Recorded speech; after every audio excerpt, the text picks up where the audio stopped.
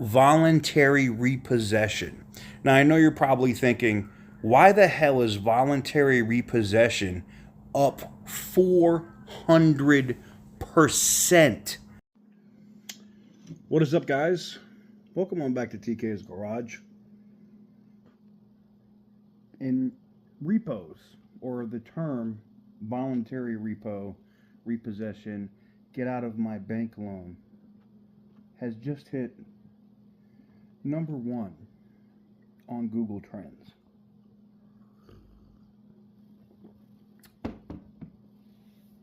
That's a problem. Let's discuss.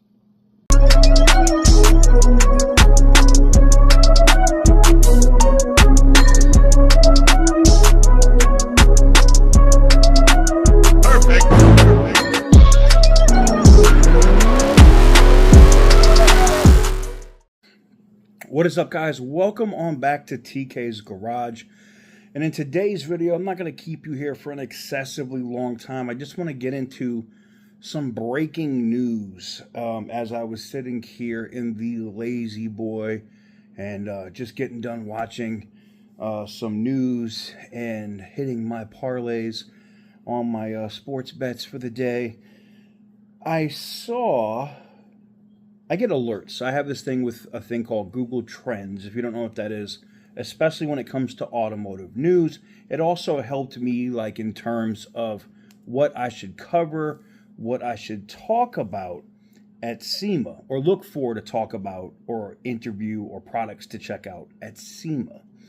Now, before I get into that, though, I want to tell you guys about something super cool.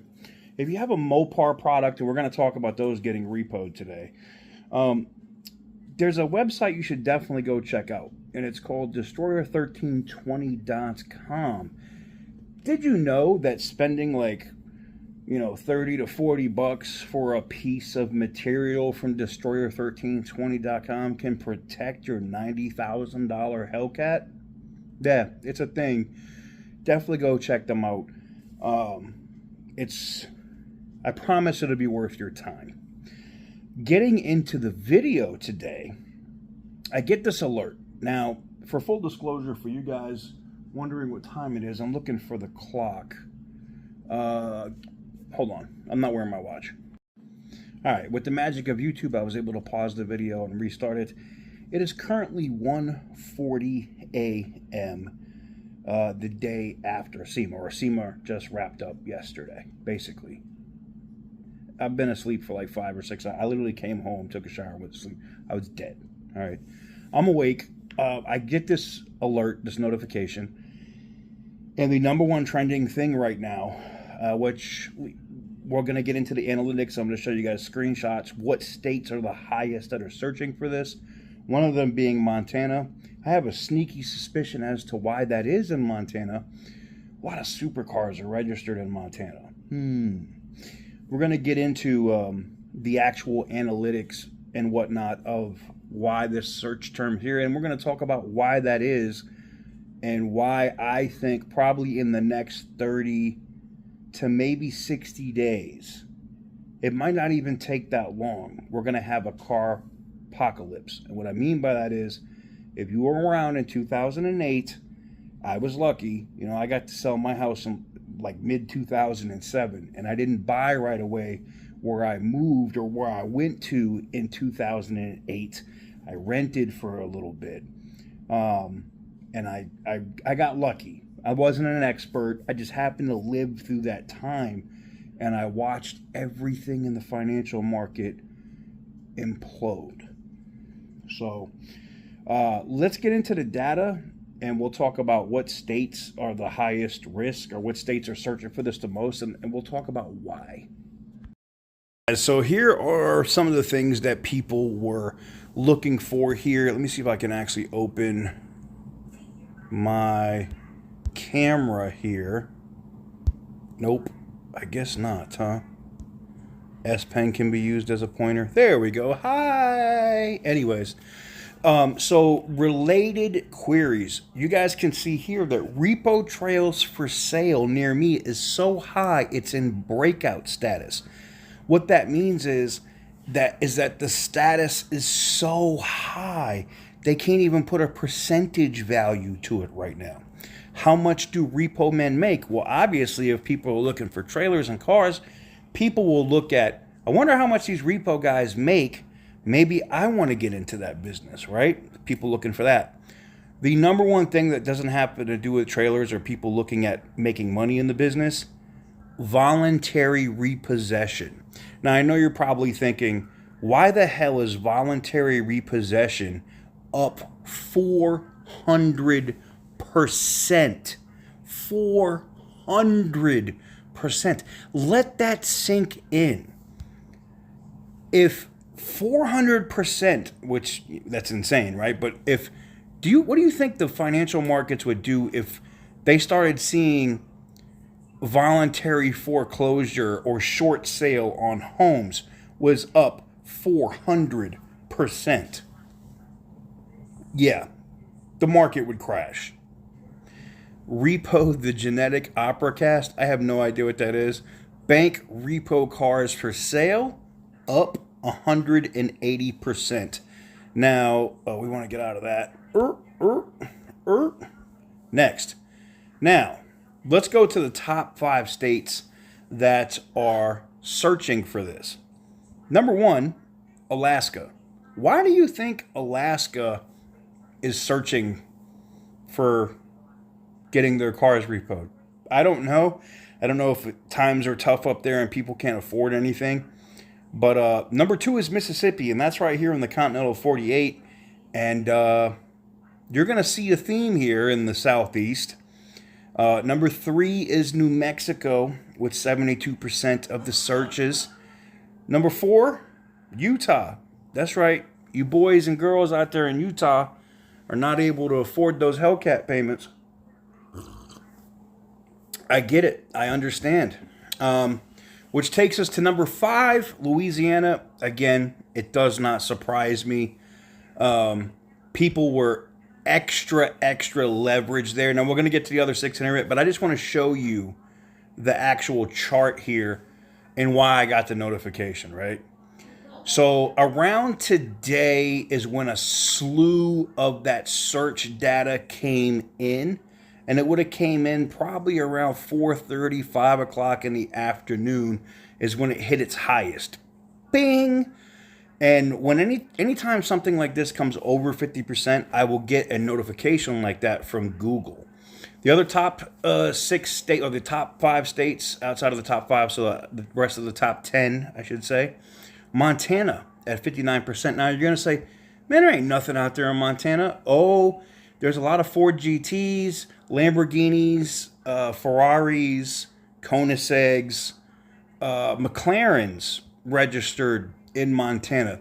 Now I know you probably think, well, yeah, South Florida, the west coast of Florida, California, New York City, Boston. I would expect to see these areas, Chicago, with these exotic supercars, right? Dallas, Houston, Montana? What? Yes.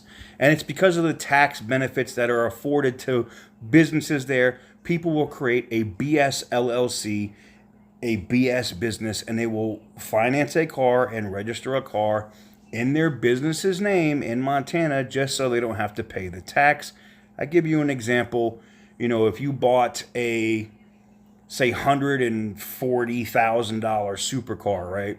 And you try to register it in California, that license plate would cost you like between $18,000 to $22,000 just to get the tag. Get it? I think you understand now. Number 7, Georgia. Number 8, Arkansas.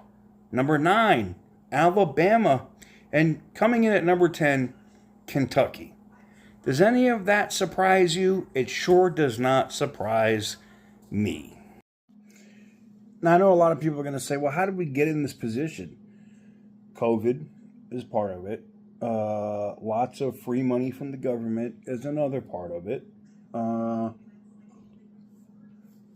Let's talk a little bit about that. So basically, in those states, especially in the Southeast, right? A lot of these people that had Hellcats or kind of blew up on the scene on YouTube around middle to late 2020 were able to do so because if you were like doing Postmates or insert a name of another company that may not exist anymore, maybe you did Uber Eats, or you did all this stuff. When COVID hit, it allowed you as a driver for Uber or any of these other places, if you had your own, if you were properly registered, you had to have an LLC and all that stuff, you were eligible to get PPP loans for yourself to keep your oneself employed with your business. And that was legit. Yeah, but you had some of these other people that were creating BS companies, and they were getting hundreds of thousands of dollars for employees that did not exist.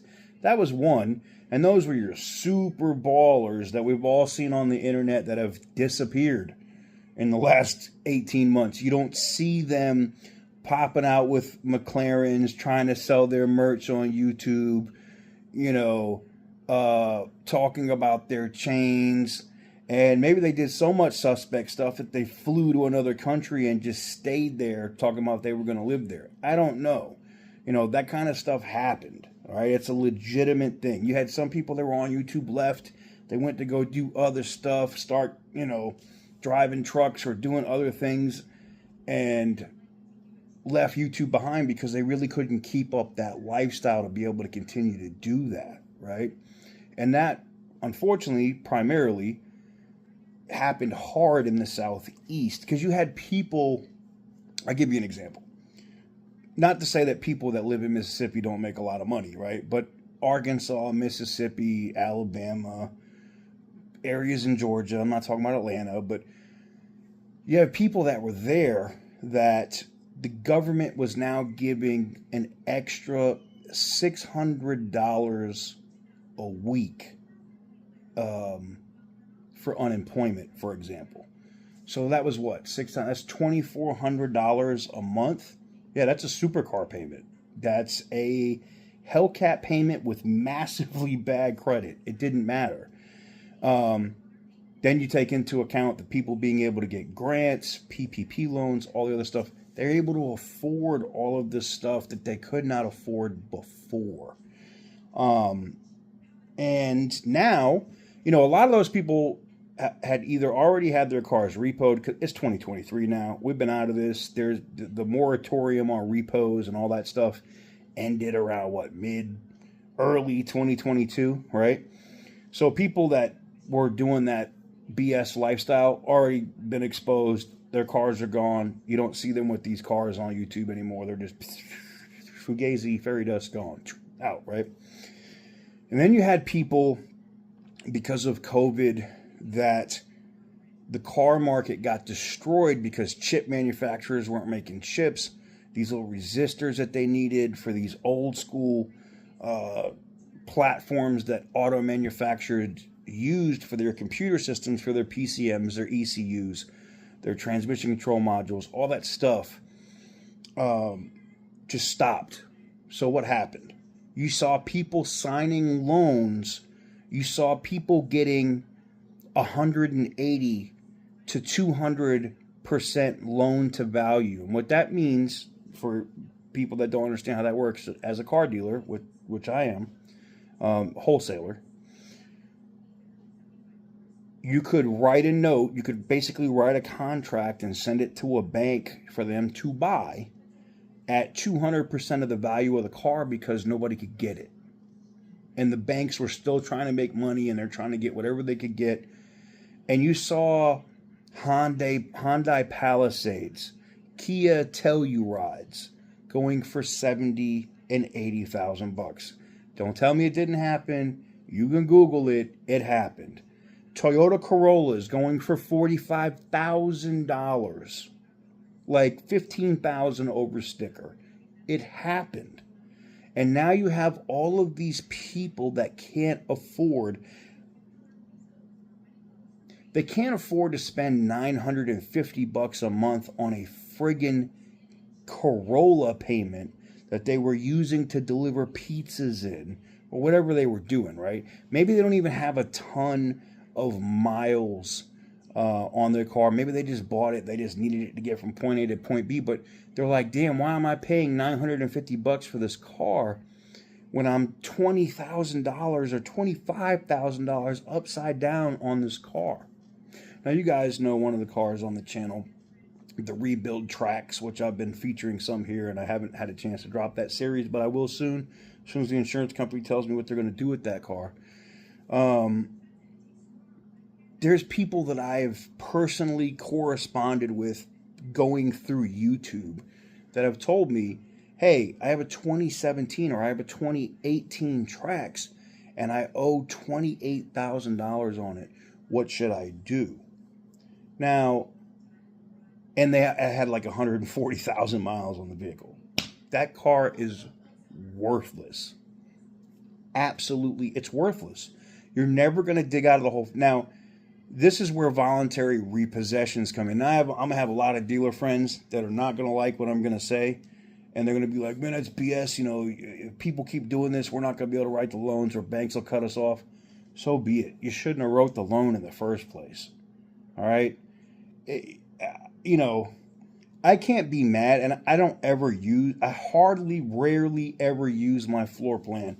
The times I do use the floor plan is when I buy something that's at a higher dollar value, like the Silverado from last year, or some of the other trucks that I buy, or cars that I might buy at IAA or something that have a clean title, that might have like a little blemish or something.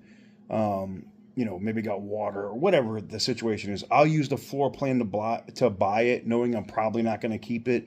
I'll fix it up, do what I need to do, and I'll either sell it or run it back through the auction. Okay? So if I can use somebody else's money to do that, awesome, right? That's good business, right? What sucks is, you know, for other dealers, somebody that might use their floor plan all the time, listen, man, these guys are auditing left and right. And if you don't know what that means, it's like they'll literally be like, I need photos, pictures of titles, VINs, all that stuff on all these vehicles. And if you can't provide it, like they'll literally send somebody out and they'll just take all the assets. They're gone. Bing. See ya. We're seeing this kind of stuff happen where customers, and to get back to the customer side, customers are just saying, F it, take it. I don't want it. You know, yeah, it's on your credit report. Yeah, you're going to have a negative ding on your credit report, but, you know, you're also seeing customers, and look, I'm not saying if this is right or wrong, you can say whatever you want.